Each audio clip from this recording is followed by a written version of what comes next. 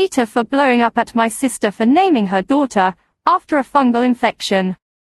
So my 20 male, sister 27 female, and her husband had been struggling a lot with baby names. She was determined to find the single perfect name. Even by the time of her baby shower nearly 5 weeks before the due date, she didn't seem any closer to picking something out than she was at the start of her pregnancy. Anyway, I knew she was struggling, so in addition to the $900 wooden crib on her list that I got for her, I gave her a list of obviously joke baby names. We have a really close relationship, and it was in line with both our senses of humor. She's a nurse, and I'm a biology student, so all the names were medications, infections, unpleasant animals, etc., that all sound like lovely girls' names out of context.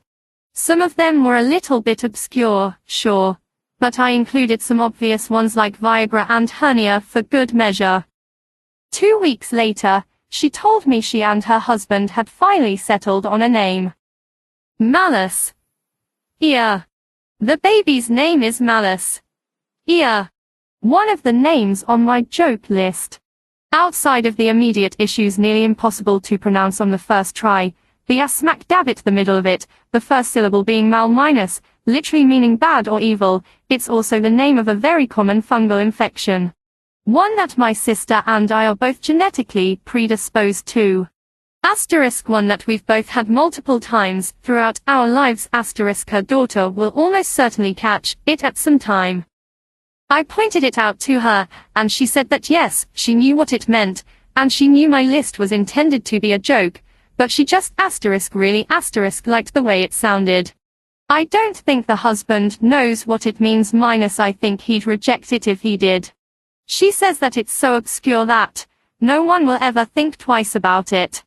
Except, when little baby Malice here turns 14, finds a weird spot on her neck, and goes on her phone to Google what it is. I told her that the name was completely unacceptable, and I was shocked that she chose it. I even suggested some similar names, like Mallory, Azalea, or Anastasia, that would be more acceptable, but she wouldn't hear it. She said that since I'm not one of the parents, I have no business telling her what she can and cannot name her child, and that I'm stepping way out of line. I think it's pregnancy hormones, and she'll regret the decision very soon after her daughter is born.